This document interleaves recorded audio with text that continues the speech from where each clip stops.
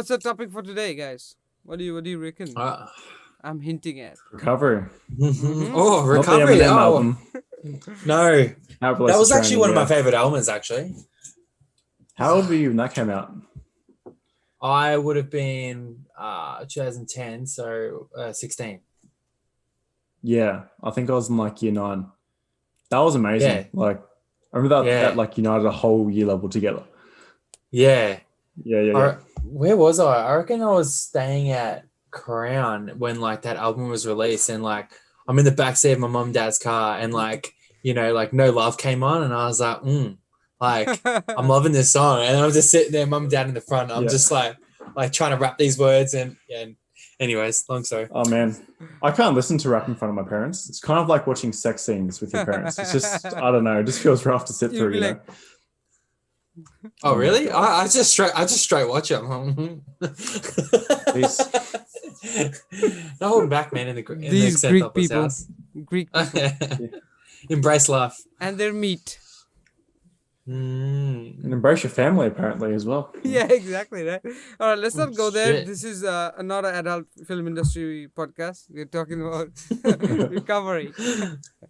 That is a great topic. So we all have been injured, beaten down, micro muscle tears, as we call it, after a workout, and we have been in pain. So that pain generally doesn't last for long unless you're seriously injured. So you're doing something dumb in the gym. If you're not seriously injured, the pain that comes with workout is just a normal pain. So what is recovery, and how long does it take? Let's start off with our brainy genius here, the Brian O'Connor. Dude, I got a lot of that nickname actually. I think it's from Fast and the Furious, if I'm not mistaken. I haven't seen those, by the way, but don't kill me for that one. So, what is recovery? Hand down, Nick. Need to focus on recovery. I'd describe it as just returning. So after like you train, you're fatigued, there's damage, there's a bunch of things we've got to consider with, and your normal systems are below what they could be on an acute level. Once that returns back to normal and we're just where we were beforehand or potentially better, but yeah, mainly I'd say back to where you are beforehand, I'd say that's when you are recovered. And that's where we'll mainly talk about today, finding the wheres, hows and whys of that. Thoughts, Nick? Nick, the strength god. Totally agree. It's just, to simplify, it's the return of, those systems to a baseline, or, I think you kind of just briefly touched on it then, just like the potential of what your recovery could be, so the whole point of training is to create, a stimulus and obviously get better. So, whatever your recovery is today, it will be something so much more further down the track. So, that's how I simply define it. It's just as long as you restore your athletic performance and those, disruption levels as we're talking about, that's returning to that baseline is how I would define it. You, Prantik? Always comes to me. Okay, so I want to take it from two perspectives, mental and physical recovery. You guys were speaking about physical recovery. That's definitely there. We also need to talk about mental recovery, because that's also something that helps you in your next session. When you're done with one session and you plowed through it, you might not always feel up and lifted to go for the next session, especially when you're a new beginner there in the gym. He's like, oh, that man made me do some bicep curls and now my arms, I cannot stretch my arms out. That's physical recovery, because you haven't recovered yet, but you're on the process of recovering. That's when you break down mentally and you're like, okay, let me take a rest tomorrow and not go to the gym and then go day after. That's mental breakdown, but you need a mental recovery as well. So be careful to keep in mind that you're recovering both. You're recovering both physically and mentally. Yeah. Do you reckon that matters, Prantik, to be physically and mentally recovered? And if so, why do you reckon it matters? That's a very good question. So, of course it matters. I feel like it's a big part of prepping for the next lift. I wouldn't say prepping for the next lift. I sound too much like a power lifter or a bodybuilder. I would say prepping for the next session. That sounds like a gen pop. So when you go into the gym for the first time, as I just mentioned, if you are a newbie or if you are a experienced person, both viewpoints are the same. You go there to make some impact, make some changes.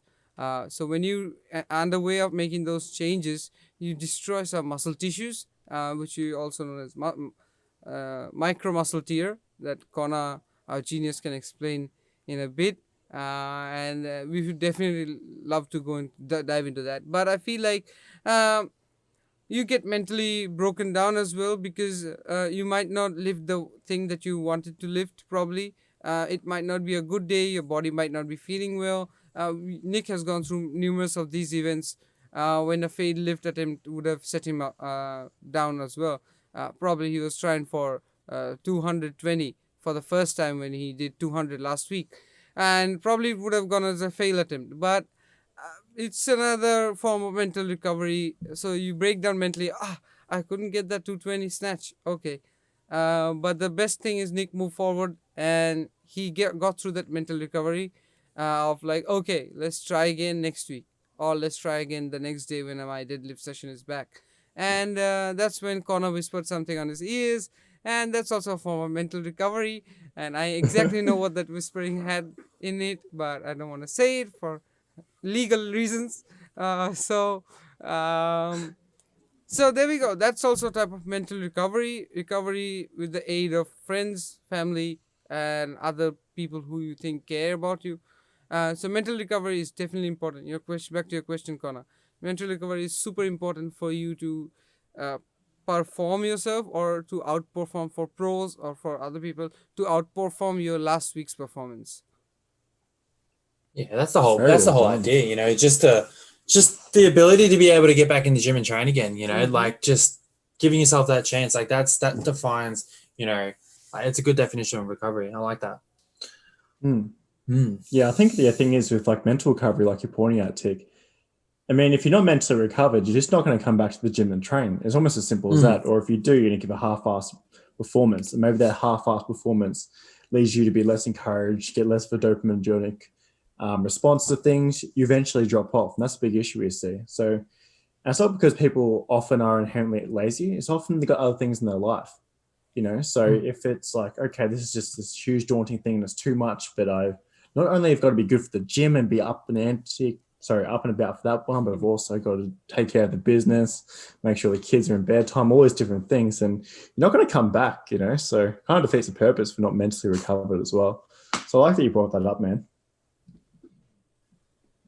Nicholas. Mm. Well, I guess that comes to like the next point, like, is, how do we tell if we've actually like recovered? So you were talking about these mental aspects. We're talking about the physical nature of it all.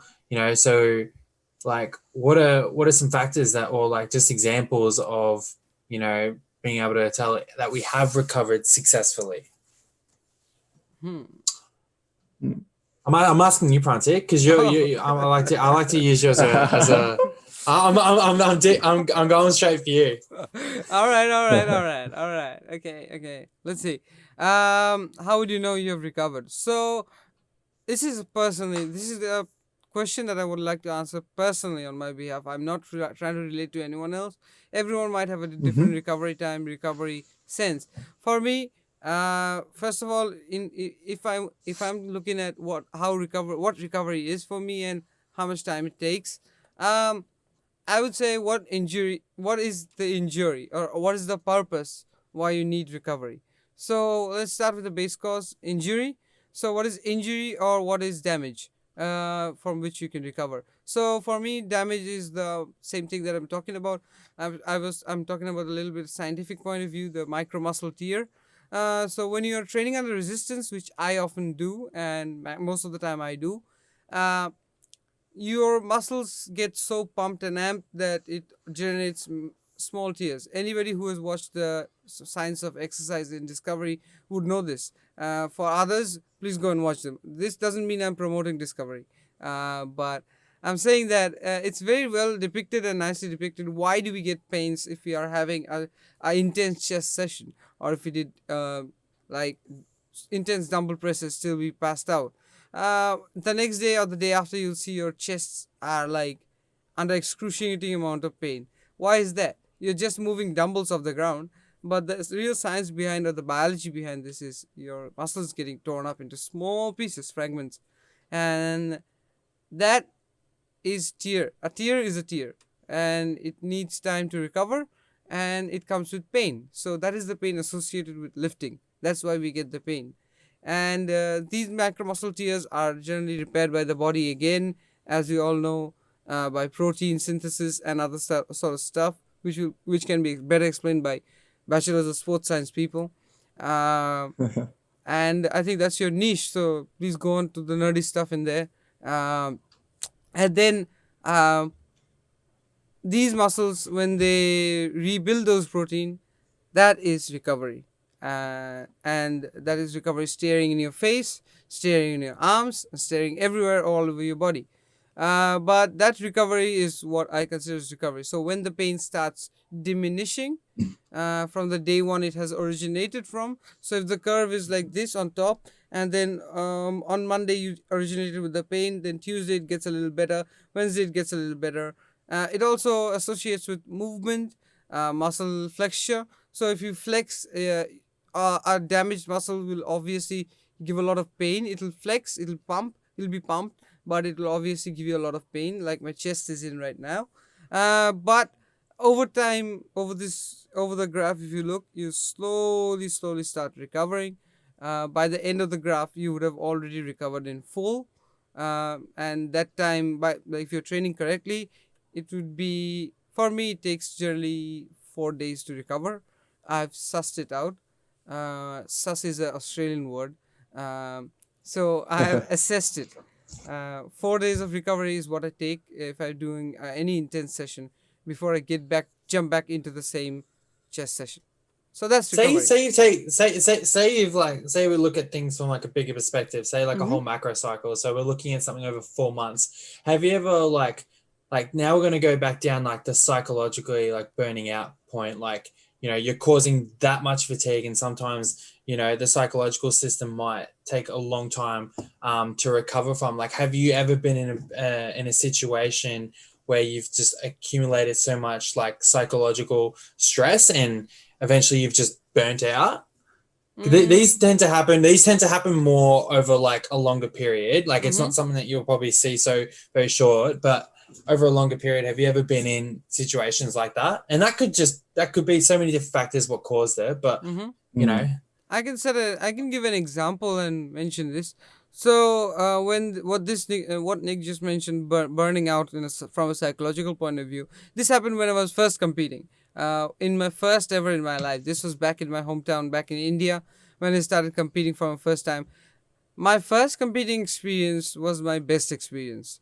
Because that's when I got like shredded like crazy. Because this concept of bodybuilding all over the world is different in different parts of the world. So there I was concentrating on condition rather than size. As you know, on your first competition you will never have size. So I was sitting at a weight of, I think, 60 kilos was my weight. So you can imagine what that was. So 60 kilos is how many pounds, if anybody can convert?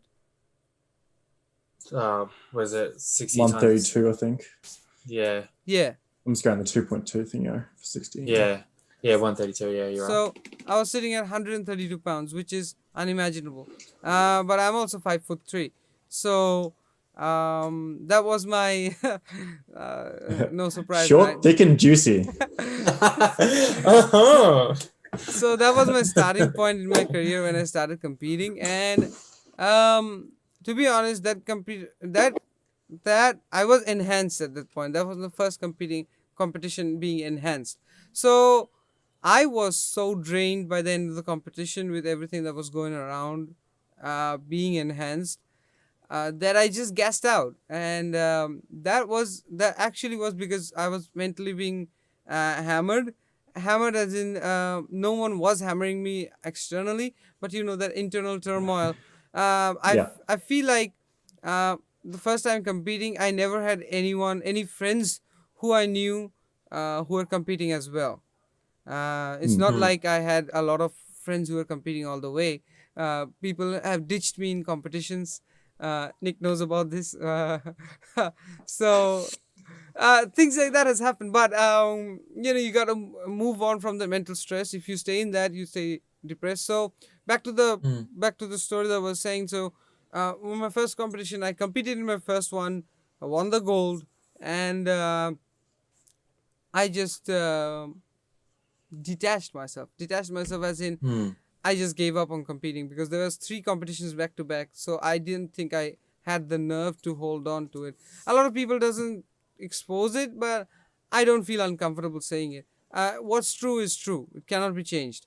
So I feel like I didn't have the nerve to continue dieting, staying on that dry chicken forever, and I eventually gave up. But then Australia happened and other things happened, so I came there and I competed as well. But I never made the mistake of doing. I never had the. I never repeated the same mistake.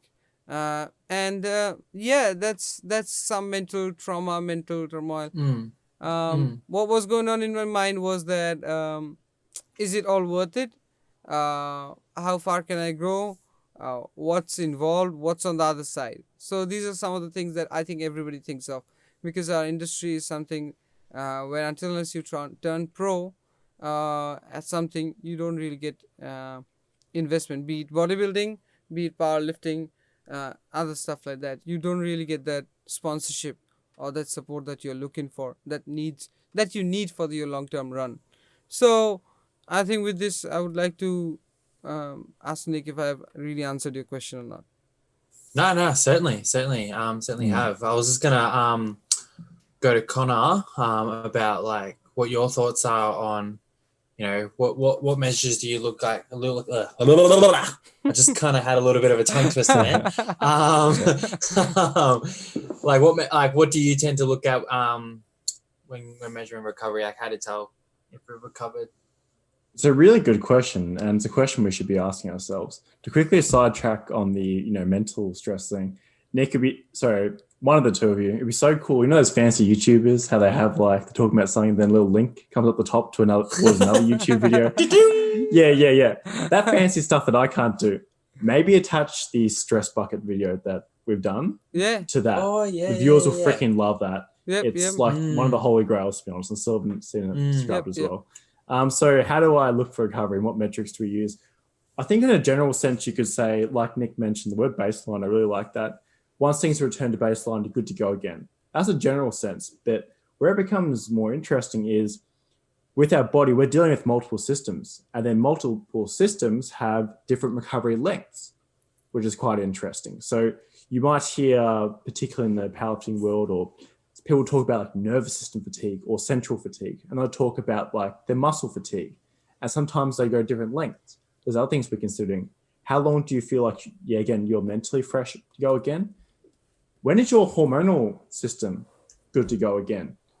When is your digestive system good to go again and back in a parasympathetic state? There's plenty of different timelines, and I think that's one of the magic about training is you can see which one is off. So for what Nick was mentioning for that, you could use for like a central fatigue measure, you could maximally squeeze your non-dominant arm or your fist, sorry. And if you feel like you're not getting like a maximum contraction there, like, oh, I feel like there's something missing, that could be more of a sign of a central CNS style fatigue. Also got signs like your neurotransmitters aren't as good. You're not as motivated to do as many things. Your dopamine in particular isn't as high.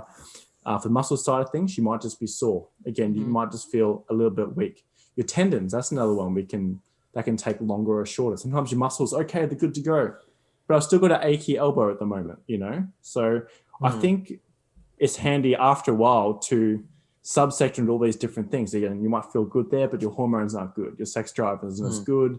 Your emotions just aren't as good in general. I know it ties to CNS a bit, but I think, again, the big answer is when things are back to normal, but then it's best to have different metrics for different things. And that'll give you the best complete picture.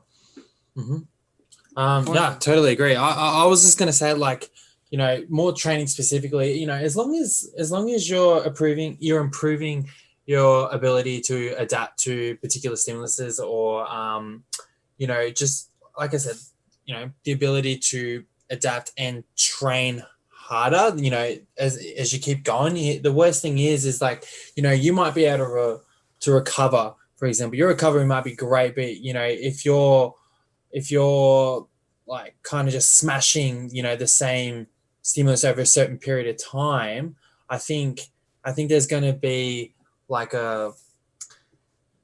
you're gonna hit that point of, like I'm talking to you before about Prantik, that psychological, burnout, or that demotivation where, like you're, there's those stress markers that kind of kick in a bit, and the moment you just kind of fall off the bandwagon from there, things just go south. So I think as long as you're kind of keeping things in checking, you're you're continuously adapting, and improving your ability to train harder, going forwards, they're good indicators, from a training perspective. That's what I got there. I think what's interesting about that, Nick, because you're mentioning something that I think is worth mentioning. Recovery, in a sense, is like a principle and like something we should be looking at, but it's almost a subsector of a bigger principle of progression and stuff like that. So he was talking about progression markers, and you almost like zoom out and do like a little, sub bracket. One of them is recovery. So again, you go up the chain, like Nick's mentioning, to your performance, and it can tell you a lot, because this is a big part of the equation, so it kind of flows upstream. True. Yeah. And with training, like, think of it this way: if you're just kind of like doing the same things over and over, like you might be able to recover well. Everything might be great. Like life might be great. Nutrition might be great. Sleep might be great. But, if you're just tackling the same things, you're not going to be able to adapt forever. So, Prantik, have you been in a scenario where like you've just kind of done the same kind of training, or you just train the same kind of way, like so many weeks in a row, and you're probably thinking, like, I feel like I'm recovering well. I'm able to get to the next session. Why am I not making any kind of adaptations? Yeah, why am I not making progress? Many people fall into this trap. And so that's where I say, like, how do you like, you might be recovering per session, but are you fatiguing aspects of your training that you're not even sure of? Like, for example, there is that neurological fatigue, there is that systemic base fatigue kind of feeling, or local muscle fatigue, those kind of things. Like, there's so many different aspects. You don't really know until maybe you pull back on something, all right, for a period of time, and then if you go back into it and then you start training that similar style again, if you notice that you're having adaptations going from there, there's a good indicator of recovery. Or your ability to kind of move forwards in your training. So like I fell into that trap before. I think kind of just starting out in training, just kind of just beating myself to the ground, not really knowing what I'm doing, and I'm kind of thinking, well, I'm not really getting sore anymore, but like I still look like shit. So like I was like, oh, what's going on here? But the moment you kind of, this is it all comes back to periodization, how you periodize your training and things like that. And if you kind of just know when to implement certain pull-ins, pull-backs, progression basically kind of goes from there. So it's good to have a good outline of things when it comes to your training. You're like, all right, here's my map, right? But life gets in the way. Psychological things get in the way, and you got to know when to take it back, right, for the ability to move forwards again. So that's kind of where I was going with that a little bit. But very nice. Yeah, very nice. Now, but I have a question here. Yeah, go. Oh, if you finished, don't. Only if you finished. You done? Yeah, man. Just cut me off, you prick. Nah, what's your question? Okay, so this one, as I was previously mentioning as well. So could you please, like, especially you and Nick and Conor, could you guys please explain what is the damage? Like Nick was talking about psychological. I want to talk about. I want you guys to talk about from your perspective the studies that you guys have done. Conor has already finished. Nick is going through it. So what is damage done to the muscle tissue while training? So if you can give us a just brief idea, general perspective overview of what goes on during training. What is damaged? How is it damaged? And how is it recovered? Like the science behind stuff. Are we yeah, are we like talking on like a specifically to muscles or certain, We're talking about muscles. stimulus systems. Okay. I'll let you go with this one, Connor, first.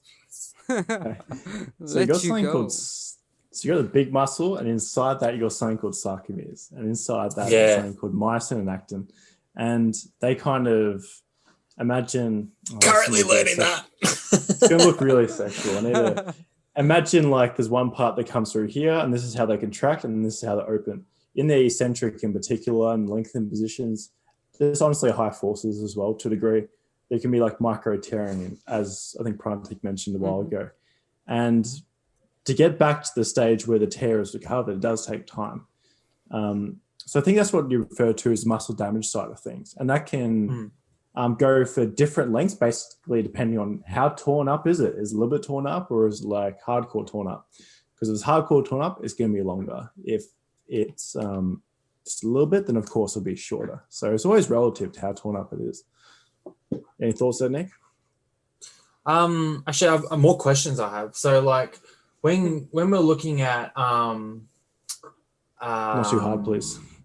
No. I'm just trying to think of terms to use. So say you take like say we're looking at a hypertrophy phase and things like that, and the goal is to actually add new muscle tissue. So we're not trying to increase size, right? We're actually going to, I guess, mechanical damage, right? Is the word here? Maybe I could be wrong there. But literally adding new muscle tissue. Like, can you actually go through that process a little bit, if you don't mind? That's gonna be way too complicated. Is that way too complicated for you? You probably, but I'll give it a crack. So in terms of like how to add more size, I think you're saying there's two subsectors you see. One's a bit more applicable, one not so much. So the main thing is literally when you're getting that bigger, it's called a hypertrophy. So you hear people talk about hypertrophy all the time. That kind of action of getting like, everything there bigger is hypertrophy. Some people subsector that into sarcoplasmic and myofibrillar hypertrophy. With myofibrillar is like just getting the fibers that are getting torn up and all the rest. And the sarcoplasmic in terms of getting bigger is mainly like your water retention. Like you get someone to jump on insulin, jack up their water, carbohydrate, electrolytes level, that will shoot up and become bigger. There is a thing where you can almost add new cells. That's called a hyperplasia. You might have heard of that. How applicable that is via training is questionable. There seems to be a little bit of research that growth hormone could help out there. But look, I don't know how applicable that is for people. But yeah, I think hypertrophy. So we mentioned hypertrophy for all those different things, but it really comes back to the myofibrillar level, and then you zoom into the sarcomeres and the actin myosin cross bridges and the like, and that, I guess, is how we describe your muscle growth. Scientific. Interesting. That's very... Nick, how does food affect it? How does food affect it? Yeah.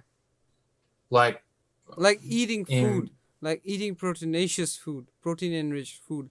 How does that affect? I love that word. Proteinaceous. That was amazing. Proteinaceous, guys. That's awesome. Put that shit in the actual dictionary. That's actually fucking... I'm imagining, people go to like their cafes and like, is this gluten-free? I'm gonna just walk up there and be like, is this food proteinaceous? So yeah. I mean, go ahead, Nick. Like, I'm just trying to just to understand your question more. So, how does food enhance recovery, or was it more like how does food? I mean, how does food enrich with more proteins? So when you're taking a diet which is based more inclined towards a high protein diet, how does that add on to your recovery? It's a good question. Come on. If you're asking for the science of shit, I'm actually not 100% certain, and I'm going to be absolutely honest with that. That's all right. But as far as nutrition goes about anything in terms of recovery, I mean, I'm just going to stick to the basics of what I do know. So when looking at protein, obviously there's a minimum that we require. There is that baseline of what is needed. for ourselves. So as long as you're kind of hitting that base, which is, what does they say, 1 gram per pound, Mm-hmm. or in between 1.8 and 2.4 grams per kilo, I like, I'm like, I know this is kind of like just your everyday textbook kind of stuff, but like, from a protein standpoint, I'm not going to. Conor can definitely dig further down into the science of this, but as long as you're hitting those baselines, then I think from a nutrition standpoint and specifically protein, you're ticking a lot of the boxes that is required, for recovery. I mean, Yeah. let me reframe the question. I'm sorry, but I Mhm. just like I want to reframe the question as in a lot of people have seen that we eat measured food. We are measuring the number of protein that's going in, the carbohydrates, our macros. Everybody does Mhm. it nowadays. So how are those relating to your recovery? That's what I wanted to ask. Why are you counting your macros? There's obviously a reason that how much you're intaking calories in, calories out concept comes in there as well. But how are those? I'm looking at the very very microscopic level. How is that 100 and probably 200 grams of protein per day consumption? How is that aiding you, or how is that attaching those two links of recovery and food intake? Do you get my question now? Well, so so protein. Think what does protein do? Like a simple way of describing it is, protein supports, your homeostasis, right? So, the breakdown and the rebuild of your structural proteins, basically. And is someone laughing? Are you laughing? Yeah, it's good. Go on, Who's go on. laughing? Yeah. I mean, that's just a simple way of saying it. Conor, you can go, you want to go further into that? Yeah, I think it kind of ties into our next question. But so when you say eat 200 grams of protein, protein is protein, but it's not there alone. So it's also calories. So if you have 200 grams of protein, you have more calories, but you also have more protein. And they kind of help in different levels. So protein, the main, I guess, way it kind of helps muscle growth, and this could be contested a bit, by the way, so it's not even like crystal clear, is imagine your net protein synthesis needs to exceed your net muscle protein breakdown. The muscle protein synthesis effect is mainly governed a little bit by stimulus and stuff like that, but particularly amino acids, in particular, I think leucine is a big one. You might have heard of people supplementing with that, but honestly, you need all the chains together, and when you combine all the chains, I think it's 22, 23, probably wrong, who knows, you get a complete protein. So if you can get that surplus, basically the things that hold you back is smaller than the things that are progressing you forward, you get to move forward, if that makes sense. So resuming. Okay. So the next question we had in our list, because again, we do have pre-made lists here, is how do we best support recovery? And I could imagine we might even disagree in a few levels here and there. This one, which might be interesting for the viewers and ourselves and our sanity. Yes, so Prantik, when you think how do we best support recovery, what are some of the things that come to mind? Best recovery. So since I brought up this question of linking food, I think now, to be honest, the foods that I've measured every time, I was just comparing it to like all data points are compared. I was just comparing it to the previous data that I had in my hand. So what was I consuming previously? What is Mm-hmm. generally consumed by a 5'3" person sitting at 180 pounds? Uh, so something like that. So that's my comparison point. Uh, Now the thing about that is, we are not certain. Like I myself, I'm not saying going to say we. I am not certain as to. Now that's why I asked the question as to how is the 220-gram protein helping me. That's my question. So, how is that helping me in achieving recovery?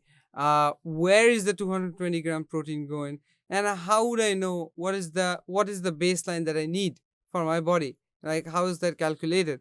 I know there's BMI index and calculation, but I would say, isn't it all guesses? Are we technologically advanced enough to know what our body needs? Are we biologically enhanced enough to actually assess what our body needs before and after a workout?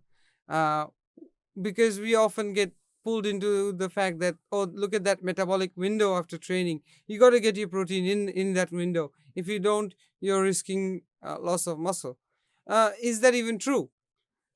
So things like these questions really come up in my mind when I'm thinking about recovery, and then a lot of people just haste into it without even learning that, okay, I'm like, if you ask most of the people coming to the gym, why are you having 3 meals of chicken breast, and why only chicken breast, why not chicken thighs, why not chicken gizzards, stuff like that.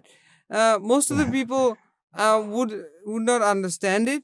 They would just come up with one answer. I'm not saying that means the listeners who are listening. I'm just saying, in overall general, those who really don't dive deep into this, I'm saying they would say, "Oh, my trainer has given this," but what is the trainer's reference point? That's my question. Where is the trainer comparing this data to? So if Nick, for example, Nick is training me and Nick gives me, all right, Prantik, you have to aim for 180 grams of protein. Now, uh, if I really want to learn what it does, I would question Nick. Nick, based on what are you deciding that I need 180 grams of protein? You get my question? So, I mean, do you want to give me my honest mm-hmm, opinion as to, say I prescribed you 200 grams of protein, mm-hmm, and you would ask me why you give me 200 grams of protein. mm-hmm, If you're gonna ask me about the science stuff, I'm probably going to talk about that last. mm-hmm, Okay.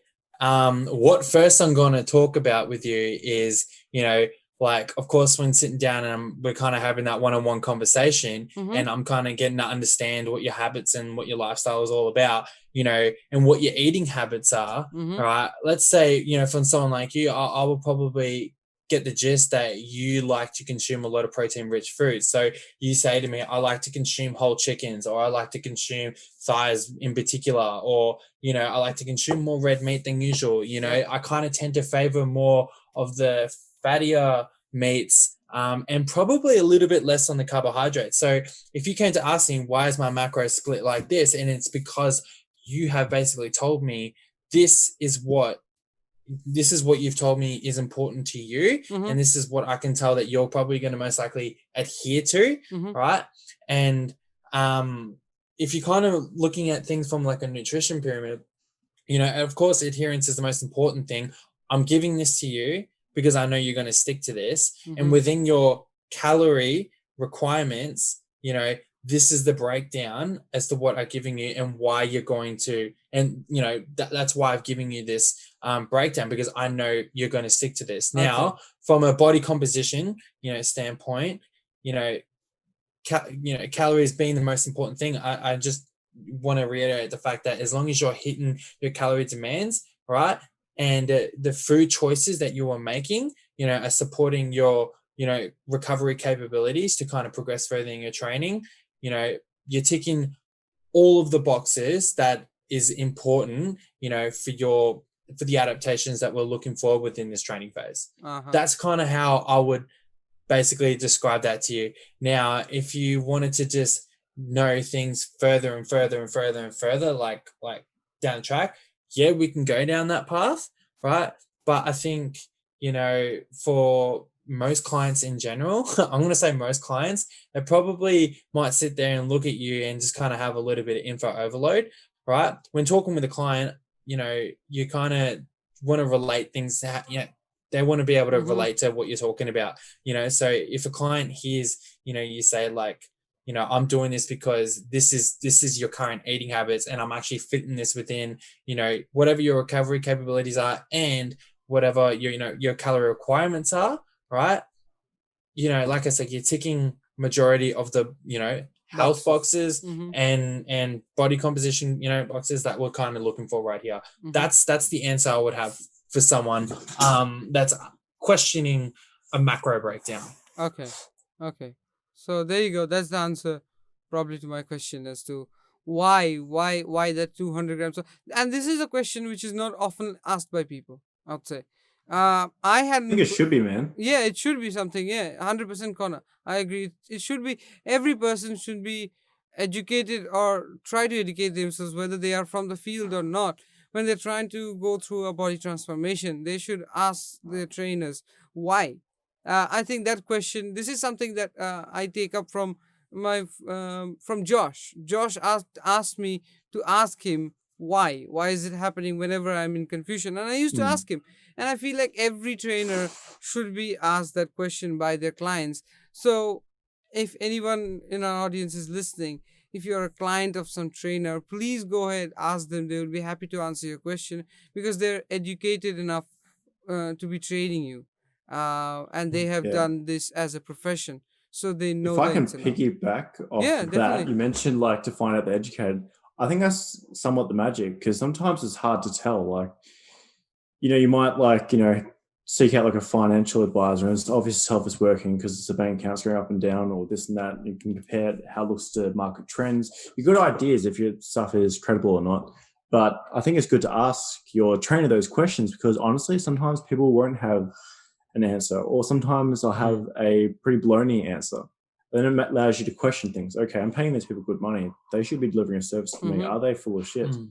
Maybe you can Google things afterwards. I think it's really handy, because it kind of filters out a lot of bad trainers. And unfortunately, it's one of those industries where you can become PT very quickly. And it means you're going to be falling behind on certain aspects potentially. But other people aren't. So it allows you to find out, okay, is my trainer good? And like you're saying with the Josh Leonard's example, I love that, because it also builds confidence of the client. It's like, okay, should be eating protein. And he tells you why.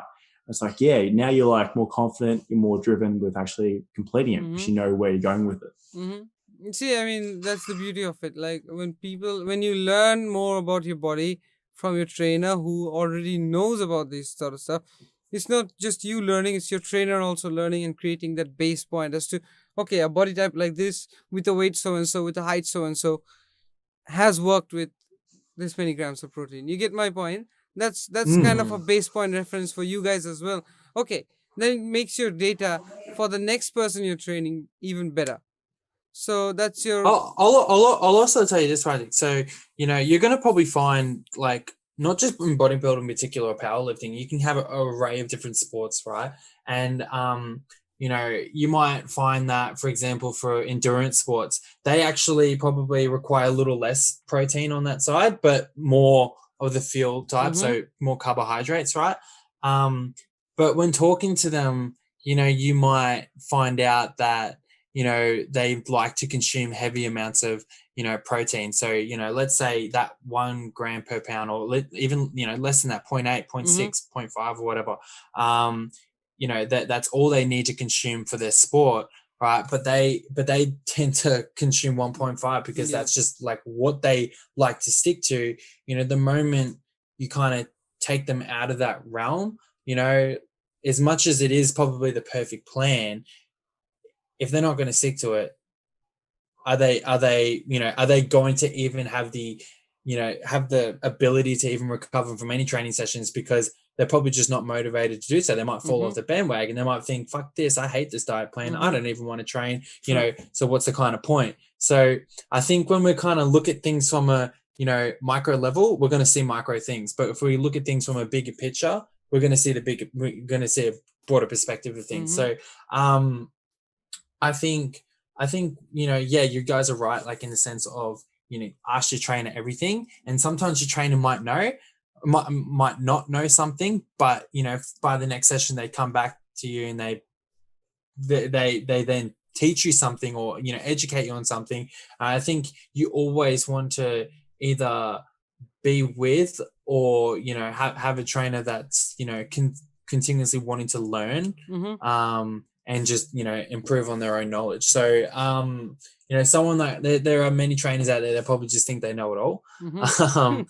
And, I'm sure we've all been through our own experiences individually like that. Yep. But, I'll just kind of like, I'm just taking it from the angle of how the approach I might go down. So sometimes, for me personally, I'll have the answers, to majority of the questions that clients ask me. But if they ask me something that I actually don't know, I'm not going to sit there and, talk my high horse. I'll either refer outwards, as in like I would refer them to someone else, or I would simply ask someone else if I wanted to know, Conor's generally my go-to guy when I need to know something a bit more specific, right? Something where someone's like asked me, I'm like okay, like I kind of know, here or there, and it's just like, okay, I need someone to help me put it together, and then that way I can kind of tell a story when I'm explaining to this person. I generally go to Conor in that sense, but just to kind of like, stay on the topic of recovery. I think Conor just kind of mentioned this before, but I think we what would be cool to talk about is, from our own experience, what have been ways that we've supported our own, recovery. So I think most people, probably without maybe realizing it, some people unfortunately go beyond, but I think training within your MRV is a good baseline. So your maximal recoverable volume. So when we're looking at, recovering in itself, we got to have the baseline set as, as long as training within your maximal recoverable volume is okay. That's, within each training, phase, that's probably the base. I would suggest. Can you guys like fire back at me and say, no, that's fucking not true, man. Like, you got to do something else first. You got to get massages, or like, that's the most important thing. Like, you got to, I don't know, like something You're like wrong, that. Nick. You're wrong. You're not right at all. Okay, all right. Tell me, why am I wrong?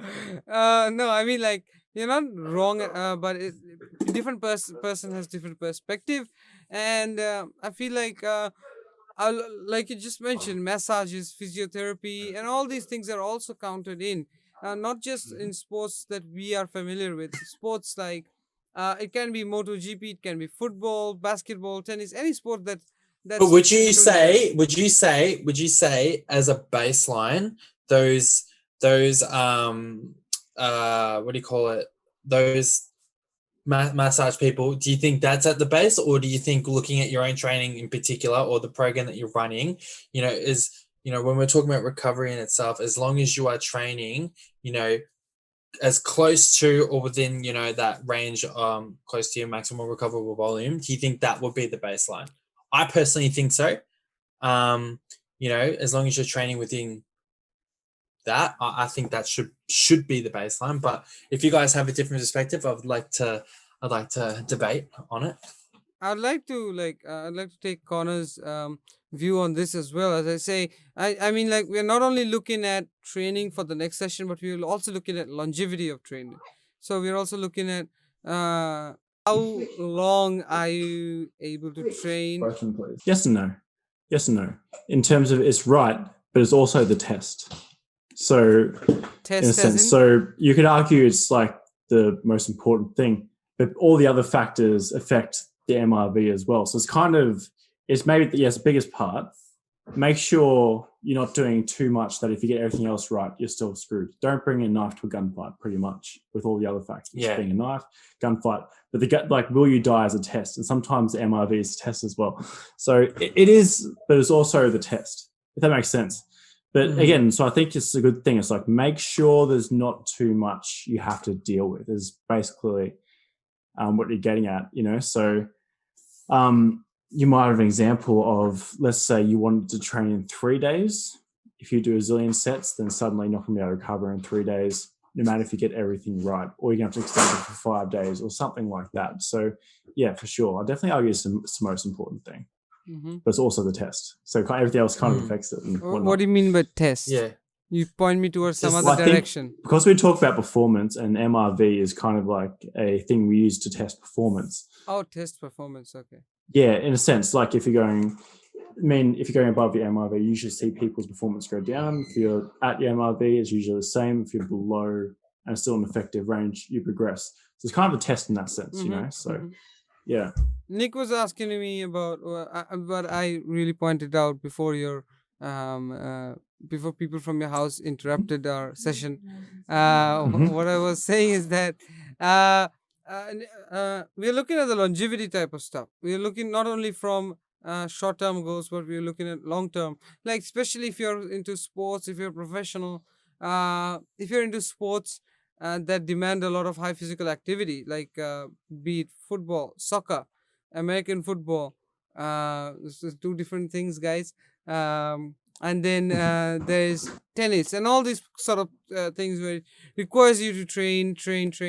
I think it's not only training near the range of that MRV that you guys are talking about. It's also what comes with train. Here we go. Reset. Um, so what I was saying is physical therapy, which is physiotherapy, deep tissue massage. Obviously, I use a lot of complex, complex electrodes and tens units. That also helps a lot. I mean, like it gives you a lot of recovery. If people use it in the right way, know what they're doing with the tens units and stuff, how recovery is happening through tens units. These are certain stuff that you have to focus on. And it's not just training itself. Obviously it's mostly training.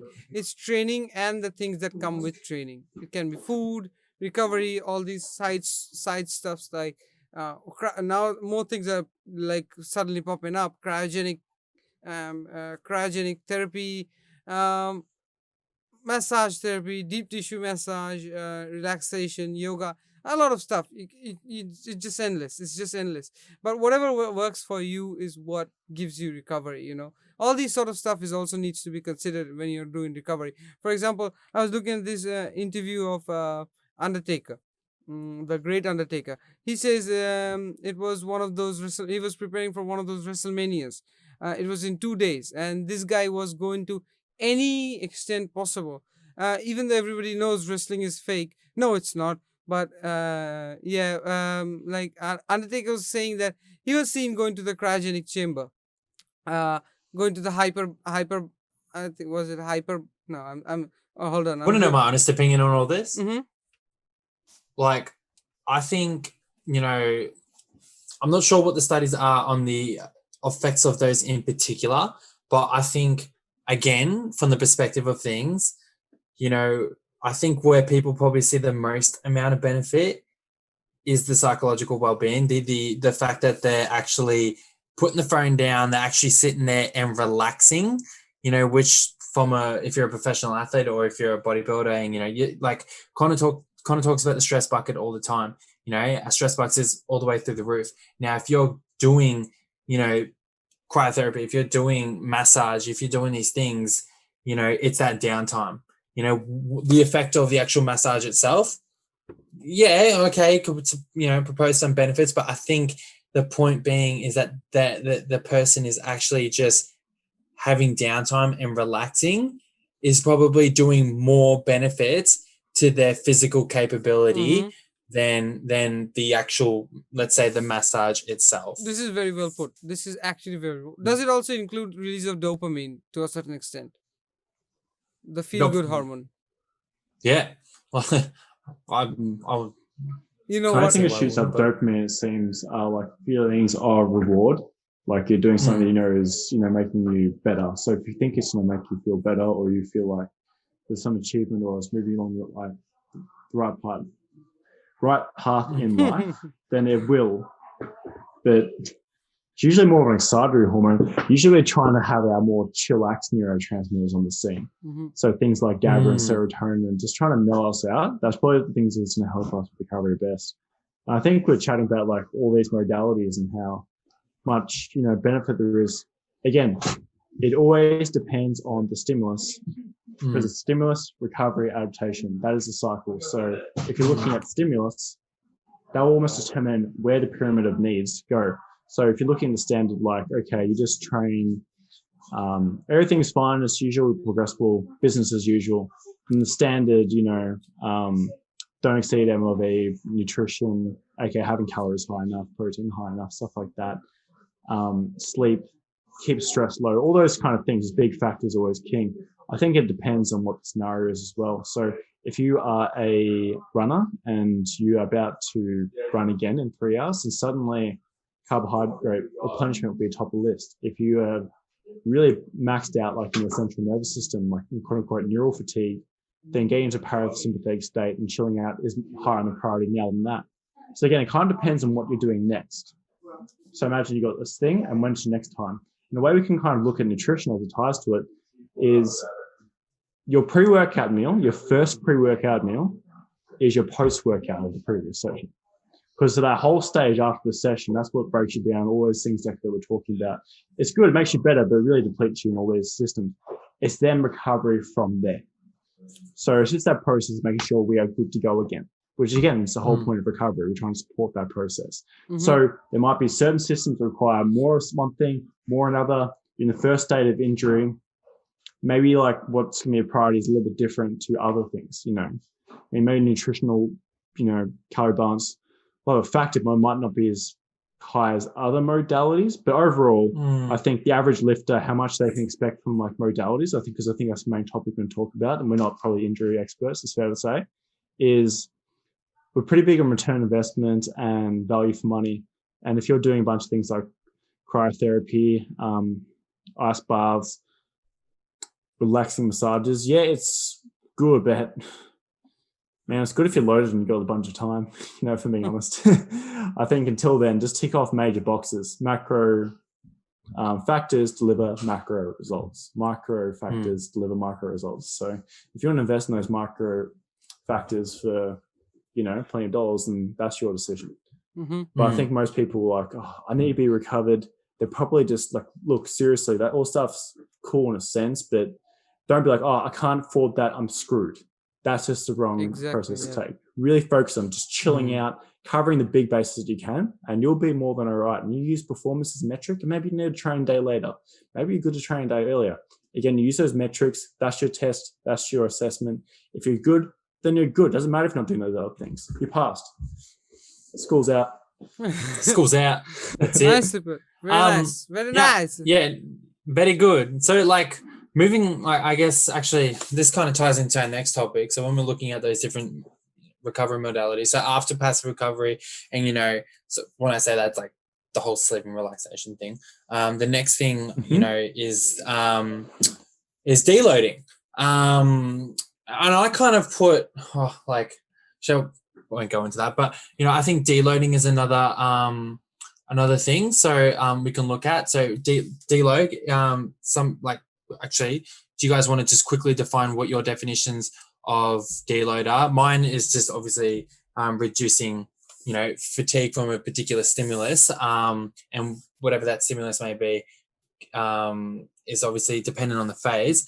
I've actually kind of started implementing deloads a little bit differently lately, just to kind of like, I'll go into my explanation soon, but I'll just quickly get a quick definition from you guys first. Conor, you go first. Everything you heard from Nick, just copy paste. You printed. No, you nailed it. So just pretty much, you know, deload, just reducing work. I can literally make it that simple. Reducing work. Yeah, cool. How you do is up to you. For me, deloading would be something like taking a little bit relaxed phase of the training, taking the training to the relaxed phase. For example, when you're doing 4 week of progressive loading kind of routine, and then when you're on your 4th week and you're thinking, what am I doing next week? That's when your deload week should come in. That's when it should be either a week or however time.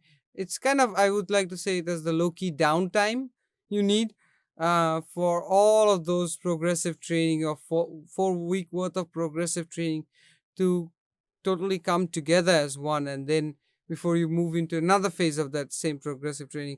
I think that's how we always go, or in a different phase of the training. That's deload for me. When you relax, unwind, and let the work which you have already put in for the previous last 4 weeks, if you have put in diligent work itself out in your body before you move forward to something else new. Yeah.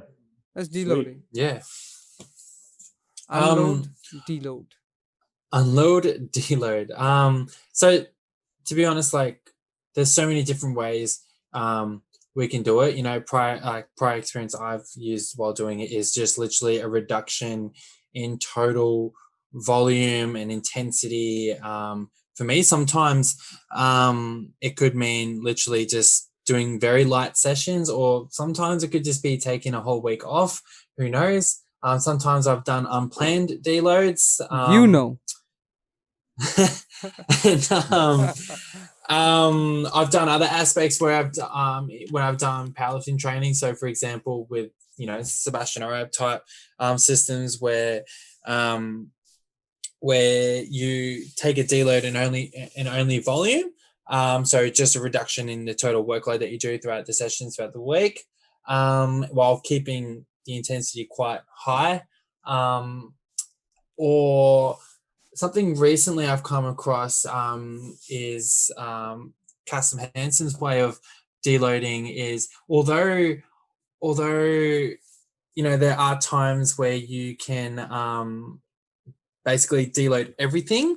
I think what I found with his stuff is deloading particular systems. So different stimuluses that you're training. So say you are training like neurologically, so you're going through like a strength phase. Obviously intensity is quite high. How you can deload that system, you can use other different training stimuluses to deload that particular system. So for example, doing more of like metabolic work or hypertrophy work, you can deload a strength system. Like you can use those other systems to deload your main strength system. And I'm currently looking into it a bit more because I'm quite interested in it. But Connor, I know you're a bit of a fan of this guy. Do you want to go into that like in more depth? Because I'm actually quite interested in that. I'll talk about a principle and I'll come back to that. So just remind me to come back to it. So I think with deloads, the main goal is, again, reducing fatigue and revealing adaptation. So you might have heard the phrase, you don't grow in the gym, you grow outside. That applies on a day-to-day level, but also applies on a week-to-week level, and even a month-to-month level, as well. So you can kind of zoom out those things. So with the deload, which is usually a weekly measure of reducing training, again, you can undulate throughout the week and do like a harder day and an easier day. That's like really deload midweek, for example. You can have big progression phases. You can have more maintenance chillax phase. That's a deload on a monthly level, Post 4-year mesocycle after Olympics, you can just take a freaking year off. That is again deloading. But again, like it's usually just to make sure, okay, we can reveal everything we've had from before, particularly with like hypertrophy training and like those kind of trainings, because it's an investment for the future versus a revealing of the now. And then just to make sure you're good for next week and the weeks after and all those things. So I think with like rotating stimulus, like I mentioned, you'll be like, with using different metrics of different systems to gauge recovery, it can kind of tell you how you're along. So you might notice if you're doing neural system, you might use certain measures, but your muscular system might be a little bit, fatigued, but not quite like needing a deload. It's not that fatigued. You could notice that like, okay, you're halfway in contractions and performance in that sense, but neurological size cooked. I mean, you can do the Cassim weight. You just got to be really good at programming. Like it's nothing against him, but I think how some people might hear this is, oh, I can keep going hard. Let's go do something different. I think that's just my one little worry with that. So that wasn't the approach I took from. I kind of took it from the level of say for example, let's just say for example the goal is hypertrophy, right? And you kind of use a metabolic stimulus to deload. When I use that stimulus, you use it for a purpose, right? The purpose for being, I'm just not conditioned well, so I might need to go through, a phase like that where, I think like his metabolic phases, I think is, specifically targeting, systemic fatigue. So you're not taking muscle groups to, basically local failure. You're kind of just exhausting your cardiovascular system, enhancing that effect, which can then potentiate the growth through a hypertrophy phase. So that's kind of like the angle I took it from. Now another one I think I've seen him use is, when you take a deload from hypertrophy and you use more of I can't remember what it's called, but it's kind of you use a deload phase maybe for 1 to 3 weeks to kind of improve, a bit more nutrient partitioning. So, let's just say you're not so good at taking in carbohydrates, right? For whatever this person, whatever their reasons may be, using a deload I sometimes think can last longer than a week, right? But kind of using that phase to improve, carbohydrate tolerance, right? To then, to shuttle it into your system better, to then when you go back into, your main phase, right, to improve things going from there. That's kind of like the angle I was, taking it from, just like learning it from, which I thought was quite interesting. But I think you're right. Like, I think a lot of people do, they'll look at that and be like, oh fuck, I can just continuously go hard. But which came back to my main point before of there are times where, you just need a total deload altogether, and I think one of those go on. Yeah. Well, I think one of the things is with training, you can buy certain systems. It's really hard to exclusively use certain systems. You go for a run, you're still using your muscular system. So I think with like rotating stimulus, the further away they are from each other, the less transfer they will be naturally. But you might notice if you're doing neural strength phase, you're still fatiguing the muscles. And even though you might be good to keep training, it's really about, okay, I plan to do a variation of mechanical tension, damage, metabolic, whatever you want to call it at the time for this particular stimulus. How long would I see a return on investment in my trainability, to use a Casson term? Or like you're saying before, with not varying things, how long can I get a return on investment of that stimulus? That answer might be 5 weeks. Now the question is, well, what I'm doing with my deload thing, I'll probably be good next week. But will even that slight bit of not fully recovering, all that stuff from potentially non-training or whatever, how will that look? Not week 1, week 2, week 3, but week 4, week 5, or however long you figure the return on investment is still good. Because if it's cock blocking that, then I think you kind of defeat the purpose. Because, does that make sense? And the nutrient partitioning, I think, is a good point as well. I think when you're in a really sympathetic state, in particular, or you've got a bunch of inflammation, so things aren't actually going to cells, chilling out is when we best uptake things. It's not when you're chaotic and stuff like that. So, no, that's perfect, man. Yeah, it's good. But I think I just really want to mention that point of like, it's about the future. Yeah. And it's usually, and the differences manifest in the extremes. So the end of the cycle. So will that little bit of interference there, even though it's biased cardiovascular, will the muscular system, which you've been now about bias, will be affected in the trainable zone and be limited by recovery because it wasn't fully recovered over here? And maybe the answer is yes, maybe sometimes it's no, but that's like the criteria and the question I think that should be asked. Yeah. Correct. Yeah. Cool. Prantik, so I got a question for you. So during your, let's just say, I know it was a couple of years ago, but during your last prep, did you take a deload? Not during my prep, but after is when I took the deload. And I'm still in the deload. Can you describe to me like that, the peak week actually? Okay. Yeah. So it's actually like you say, a deload in itself. So when you are coming up to that week, when you are coming up to the target week, then you know that this is when you need to look your best. So you're training all the way up from January to look best in May. That's kind of stressful on your body, on your mental, and other sort of stuff. So when you're almost there, when 15th of May is your competition, and you're standing on the 10th of May, you have 5 more days. That's when that's when the pressure really builds up, and I feel like that's when the body is at the weakest point of view, because people don't generally realize, but bodybuilders on stage, any athlete on the day of their performance is actually in their weakest point. Until unless you are a powerlifter, where you have to be you have to be strongest on that day. But it's generally dieting down there, and then things get stressful, and it's kind of a deload on itself, because on those last few weeks when you're training, you're actually you cannot lift the way you used to lift back in March, I would say.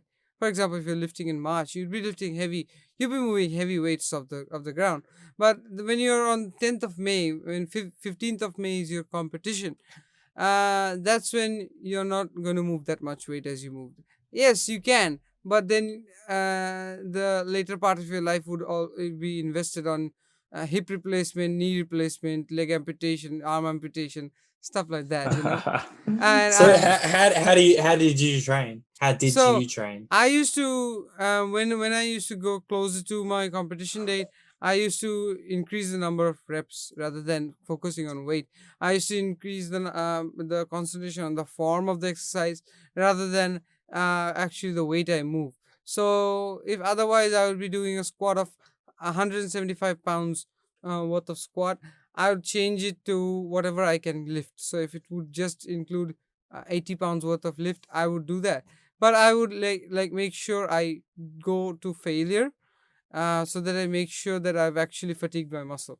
So I know it's not a perfect example of a deload, but what comes after the competition is where we do a PCT, where we let the muscle relax for a day because it has gone through so much stress, and then slowly getting back to the form of stuff. Not really going in there. I have my mission 80 pounds chest press. No, that's wrong. You go in there, you start lifting from 20, 30, 40, because the first day after or two, first you take the week off after competition, give your muscles some rest. That is also a form of deloading, where you're Definitely. giving a physical rest phase to your muscle for it to recover. Any form of recovery is deloading. So, I mean, I think any ability at that point, Yeah. to mm-hmm, actually grow is probably, at the bare minimum. mm-hmm. At that point in a contest prep. But I think, would you say the most important thing? I think you and I have had experience. Not me personally, actually, show. I'm just like, you know what I mean. I feel like the most important thing at that point, which is actually going to make the biggest impact on, you know, body change day to day, is actually managing your stress at that point. Stress Mm-hmm. is extremely high. You're dieting low, you're on very low calories. You're going to have to take a look at the small things at this point. So when looking at recovery, sleep, relaxation, how you manage stress, and those things. I think overtraining, or at that point, is definitely not ideal. So if you're overtraining, it doesn't matter how much bloody sleep you're really getting, especially at that point. I think pushing things too far is obviously not ideal. But I think when you can look at those passive recoveries, I think, would you say at the point of contest prep, that's probably your top priority? Reducing inflammation, reducing soreness, and all those kind of things. It's just increasing your passive recovery, and obviously all the nutrition and stuff like that Yeah, following from. 100%. You're spot on. You've hit the nail right on the head. That is what we look at when we're doing this sort of stuff. Like when you're very close to contest, you do not want to enjoy yourself so that you fail your performance. You do not want to uh, go off track by doing something foolish. uh, you might face like sudden bursts of energy. Stress control is also very important, where you need to control the amount of stress that you have so that you get ample amount of sleep, because sleep, that at that point onwards, you have already pushed your wagon on the tracks, so the motion has been set. It's like lighting the torch. You have already lit your torch. You're waiting for the last bit of the petroleum soaked cloth to light on fire. You're waiting for that, Hmm. How good Hmm. is that? I Look at freaking love your analogies, bro. Like, holy crap, man. so Just who so thinks of this just on the fly? This is so good. so this Anyway, is carry on, man. so this is what it is. You have already pushed it, and you have set it in motion. Now it's time to like crank the engine and give it a go. It's like pushing a car down the road. It's a dead stop. Pushing it. Yeah, March is the month, and 15th is the date when you should really crank that engine. So you just don't push it give it one push, hop back in the car, crank the engine. No, that's wrong. You keep pushing it until you develop a momentum, and then you hop in it. And has anyone here seen a bobsleigh ever? Two-man In bobsleigh? the uh, movie with some Jamaicans and No, it's such, not a but movie. that's It's pretty much it's it. a we are sport. Jamaican. We have a bobsleigh team. So, it's the sport. You see how the first player pushes, and then the second player keeps on pushing even after the first player slides into the bobsleigh. So it's something like that, where you keep pushing, and then you slowly go into that maintenance phase where you know that okay, the ball has rolled and now it's time to direct it. So that's the way Have of you putting it. have you ever experienced, not just yourself, like, bodybuilders around you that have just completely neglected that whole passive recovery and thought, nah, like the only way I'm going to get in shape for this show is to just train like ridiculous amounts, push ridiculous amounts, and thinking that, in the final 7 days it's gonna make like the biggest differences in the world. Like, I mean, we've heard stories about Mm-hmm. bloody, like Yeah, Arnold back buddy. in the day taking like having going out for pies like 3 days before. He's just chilling out, you're having a good time kind of thing. Yeah. But in your experiences, have you like seen people like it's just kind of said like, nah, like let's fucking go, Let's do it my all the way. way. Yeah. Yeah, kind of, yeah. I mean, yeah, you have seen a lot of things. I mean, it also depends on the form of training. A lot of people do a different style of training. Like, look at Ronnie Coleman. Yeah, buddy, he's also still lifting like 1,000 pounds of leg press. I mean, which commonly the millennials, if you look at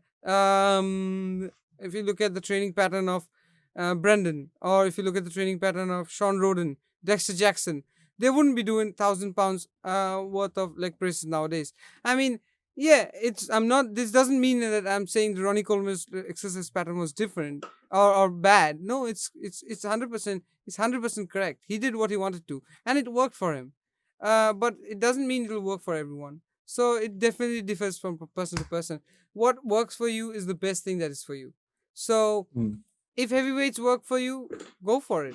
If you think that you Mm. can lift it, see, the thing is, it also relates back to the same thing. If your mind can perceive it, your body can achieve it. So I actually asked Conor this question mm-hmm, a couple podcasts ago.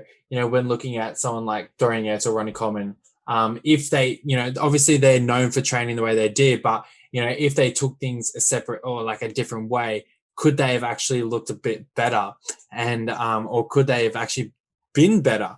And it was a good topic of conversation, but we obviously know those guys for who they are and how they've trained yeah, and things that's what like I was that. supposed to say. That's what I was just about to say. If Dorian Yates would have trained in a different way, he wouldn't have been Dorian Yates, like the way we know him. Or Ronnie Coleman, Mm. the humongous Ronnie Coleman. We wouldn't have known him that way. These are legends. Like, they have set their trendsetters. They are the ones who have pushed the car, like longer, and then jumped into it when it was the right time to. I mean, it's different, irrespective of what's going on with them right now. Ronnie Coleman has numerous amounts of injuries, but he has left a legacy, and that legacy is something that uh, gives me utmost respect for Ronnie Coleman. Yes, a lot of people won't train like the way he used to train, and things have moved on from the period. I don't know if people would agree or not, Ronnie Coleman fans. Uh, Nothing to upset you, but things have changed. Training pattern has changed, diet has changed, food has definitely changed from what it was there. Anabolics, which is enhancements, has changed from there. Things are much, much more different. They never had pendulum squats back in that day. I've never seen a single machine of pendulum squats. I've never seen all those modern hoist rowing machines. Arnold used to do straight up rows on a bench that was fixed on the ground, and he used to just do those T-bar rows, the cable rows. I mean, he used to do cable rows on that. Same for Ronnie Coleman. Um, and the training pattern has changed. It's much more guided through machines, much more target oriented and stuff, and it is going to change as well. You see, I was talking to you about in a few podcasts earlier where there was this wall and the mirror in the wall which could replicate weight and restriction. Do you think really there is weight plate in there? No. How would you do that? It's just a motor. It's just a mechanical engine that's controlling the tension. So you see how things have changed and how offering resistance is easier nowadays. So I feel like it's all time dependent. What we are training today might not be what's tomorrow. What we are eating today might not be what's tomorrow. Tomorrow there might be a single pill that, oh, this is 200 grams protein, 200 gram carbs, and 50 grams of fat. You just swallow the pill in the morning. That a dang, that's your meal for the whole day. Mm. You see, things have changed. Things are changing. So you can't really. This is what I always refer in real life as well. You can't really refer saying that, oh, my dad used to do this. so I can do this. No, you can't. You're absolutely bullshitting your life if you do that. Your dad used to do Yeah, there's that been more in thought there. his era, and what you're doing is what you're doing in your era, because things have changed in your era. You'd see your dads cannot, your dads won't be able to keep up to the technology that we have right now. Mm. It'll take some time for them, but the way we adapt to it, it's different. And it relates to not only real life, daily life, it also relates to exercise, sports, anything that we do. So you think there's key takeaways from during it style, Ronnie Coleman, even Arnold's apple pie 3 days out kind of thing, just chilling out kind of thing. There's different takeaways that you find that like you can get from just how to approach, close to comp date. Yeah, definitely. Yeah. Those are like, for example, Arnold's apple pie theory. That gives me the amount of confidence, the confidence approach towards. I think actually, to be honest, I think that there's one good thing I like about pumping iron. It had the difference between Arnold's and Lou Ferrigno's like kind of like style and attitude, kind of heading into a competition. Like Lou Ferrigno was like that. Oh my god, I'm full serious. I've got to go as hard as I can. I've got to beat Arnold, kind of thing. But it could obviously just be the way they made the movie. But Arnold was basically a bit more relaxed on that stating. You hear him saying throughout the doco, just tell this guy to calm down, kind of thing. Like he needs to he needs to relax. So I think there's obviously some good takeaways you can get from that as well. But that's cool, Connor. What are your thoughts on just key takeaways, I guess, On recovery and just I obviously Prantik and I were talking more specifically the bodybuilding world of things, but definitely some everyone does it. I know you mentioned like Arnold, you mentioned Ronnie, you mentioned Dorian, and we were talking about recovery and their own way that all addressed. Even though people think they're training, move Frigno. That's terrible. That was so bad. Edit that out. I shouldn't be making fun of that voice. I can't speak clearly in the first place. But in the senses, they all emphasize recovery, even though the training looked quite different. I mean, you look at Dorian, he'd emphasize recovery throughout the week by not doing too much. You look at Ronnie, even though he was he actually wasn't quote unquote high intensity, it was just really strong. He was still high volume, high frequency, but he'd have like 2 months off after contest. I know people know that. And Arnold was kind of the same, minus training carbs. He had a weird off-season protocol, believe it or not, sometimes. So they all emphasized in different ways. Some was like, big months out of the year. Some was like more like the days between the week, making sure I got 3 rest days in Dorian example. So I think like, again, we all need recovery because you're doing the work to stimulate, you're looking for the adaptation. The last part of that little piece of the pie, so to speak, after the Arnold example, is recovery. It's just the 1 + 1 = 2. It's the last one to make sure it equals 2. It completes the whole thing, So, and to be honest, it's fair to say it's the funnest part. I mean, we love training, we love pump, we love all these things, but I also like passive recovery, chilling out. I like sleeping. I like eating. This is all great news for all of us, So I think, key takeaways, make sure it's there in some way or form. Look at performance to make sure you're doing enough. And either pull back from what you're doing or emphasize, other modalities with like, food passive to make sure we tick the box and we're improving. That's very nice. I guess that obviously we're being more real specific to the athletic side of the world, but for the gen pop out there, I think the most important thing is Connor's, basically saying it, passive recovery. I think even though we're beginners and intermediates, and getting in training, obviously we're making fast adaptations to things. We cannot ignore those passive recovery techniques. So sleeping, relaxing, taking a rest day, having a planned rest day. They're so key to help you get from that beginner to intermediate to a more advanced type training. So yeah, and it's just not training, it's life. It's related to daily life as well. So it's something that you need to do from daily life. You can't just like make sure you can still keep fucking in bed and stuff like that. Did I say that? Fuck. That is very bad. Make sure you do copulation to increase the population. So, Connor, would Uh, you like to wrap up everything and bring all the strings together? Oof.